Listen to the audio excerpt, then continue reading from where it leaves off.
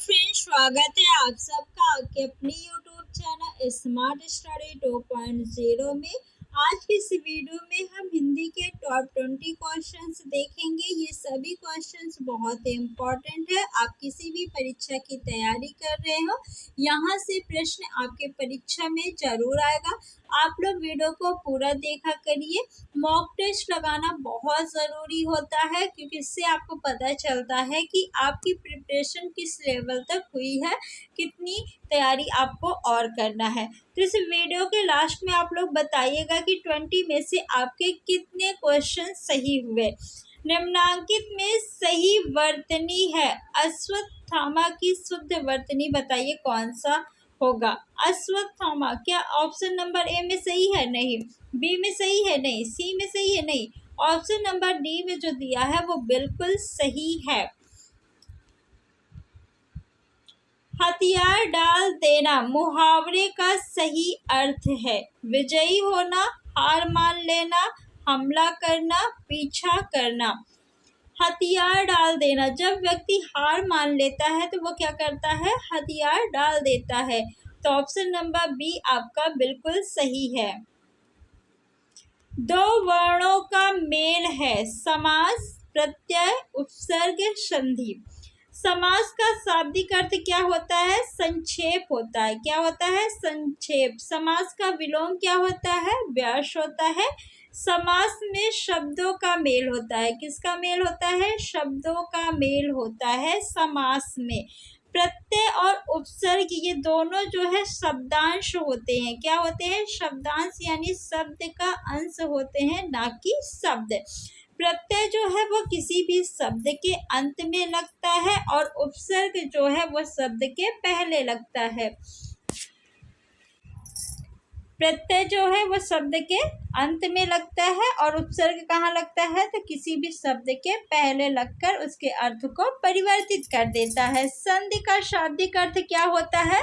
तो संधि का शाब्दिक अर्थ होता है मेल। किसका मेल? तो वर्णों का मेल। किसका मेल? वर्णों का मेल।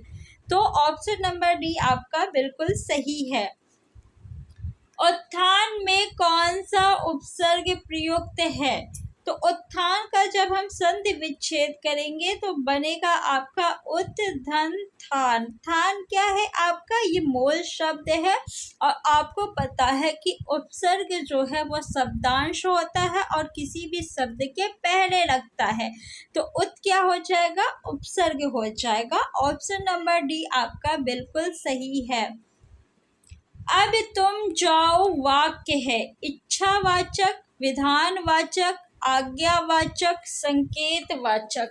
अब तुम जाओ यानी आज्ञा दी जा रही है ना, तो ऑप्शन नंबर सी आपका सही हो जाएगा। आज्ञावाचक वाक्य है। निम्नलिखित में स्त्रीलिंग शब्द चुनिए। जब भी आपको स्त्रीलिंग बताना हो या पुल्लिंग बताना हो तो आप क्या करिए, जो शब्द दिया हुआ है उसके साथ कैसा या कैसी शब्द का प्रयोग करिए। अगर किसी शब्द के साथ कैसा शब्द आता है तो वो पुल्लिंग होगा और कैसी शब्द आता है तो स्त्रीलिंग होगा। जैसे धुआं कैसा, धुआं कैसा, तो कैसा शब्द आया है तो क्या हो जाएगा? ये पुल्लिंग शब्द हो जाएगा। संध्या कैसी, संध्या के साथ क्या आया? कैसी शब्द आया तो ये क्या हो जाएगा? स्त्रीलिंग शब्द हो जाएगा। और भत्ता कैसा, तो ये भी पुल्लिंग हो जाएगा। धावा कैसा, ये भी पुल्लिंग हो जाएगा। तो ऑप्शन नंबर बी आपका बिल्कुल सही है। नेक्स्ट, 25 वर्ष पूरे होने के उपलक्ष्य में कल हमारा विद्यालय मनाएगा। क्या मनाएगा? स्वर्ण जयंती, रजत जयंती, कांस्य जयंती या हीरक जयंती।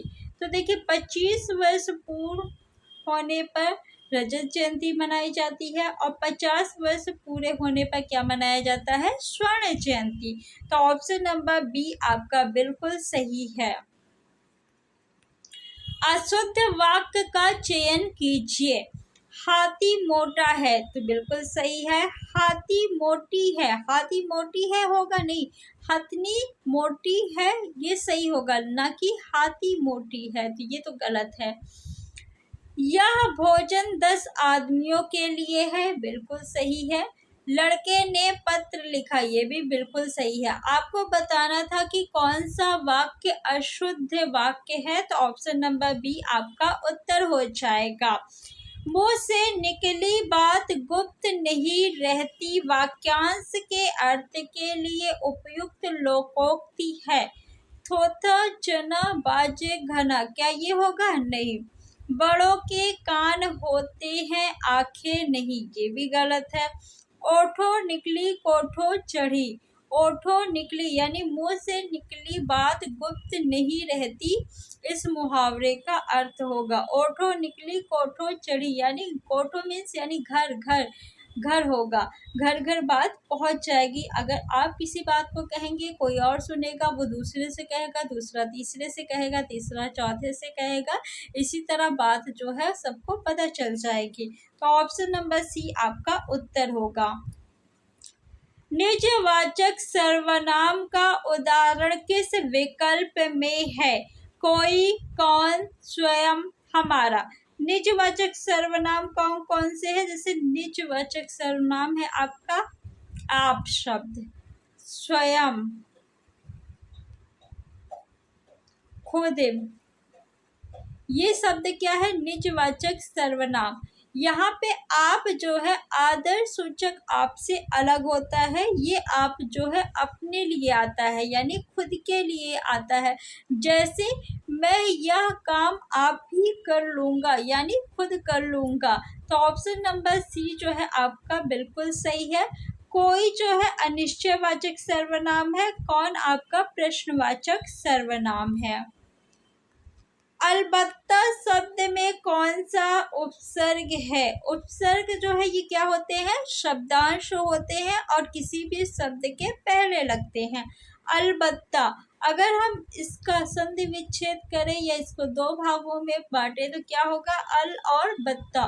बत्ता आपका मूल शब्द है, अल क्या है? उपसर्ग है। तो ऑप्शन नंबर डी आपका बिल्कुल सही है। दुर उपसर्ग किस शब्द समूह में है? दुरावस्था, दुर्दशा, दुर्दशा, दुस्साहस। देखिए दुस्साहस में दुस उपसर्ग है, तो ये तो गलत हो गया। दुस्साध्य, दुरावस्था, यहाँ पे भी ये गलत हो गया। दुर्लभ, दुष्प्राप्त, ये भी गलत हो गया।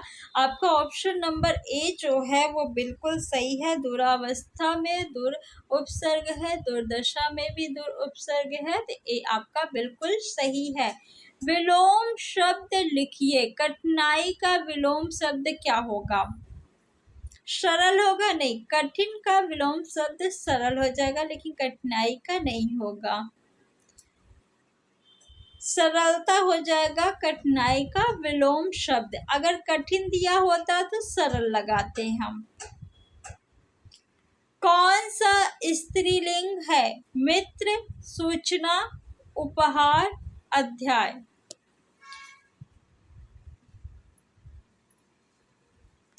मित्र कैसा, तो ये पुल्लिंग हो गया। सूचना कैसी, क्या सूचना कैसा सही लग रहा है? नहीं, सूचना कैसी, तो सूचना क्या है? स्त्रीलिंग। उपहार कैसा? पुल्लिंग। अध्याय कैसा? पुल्लिंग। ऑप्शन नंबर बी आपका बिल्कुल सही है।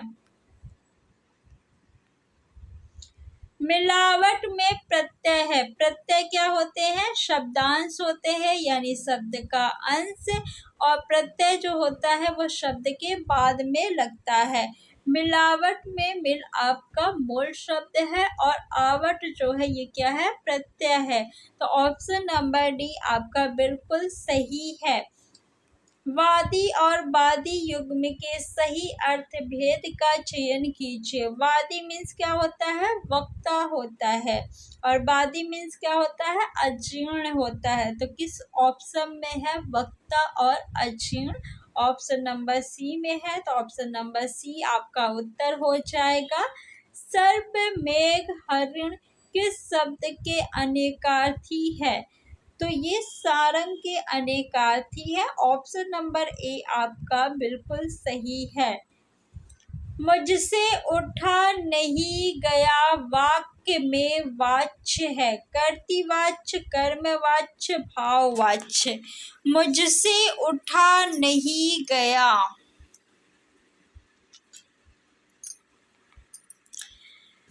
कर्तृवाच्य में आपको ने उपसर्ग दिखेगा, सॉरी उपसर्ग नहीं, कारक चिन्ह या फिर सोन यानी कोई कारक चिन्ह नहीं होगा। कर्मवाच्य में के द्वारा शब्द आपको दिखेगा यानी कारक चिन्ह दिखेगा के द्वारा। भाववाच्य में से का कारक चिन्ह दिखेगा और नहीं, से और नहीं दिखेगा। जैसे मुझसे उठा नहीं गया, मुझसे से आ गया और नहीं, तो इसमें कौन सा वाच्य होगा? भाववाच्य होगा। ऑप्शन नंबर सी आपका बिल्कुल सही है। ऐसा व्यक्ति जिसके आने का दिन और समय पहले से निश्चित नहीं होता कहलाता है, क्या कहलाता है?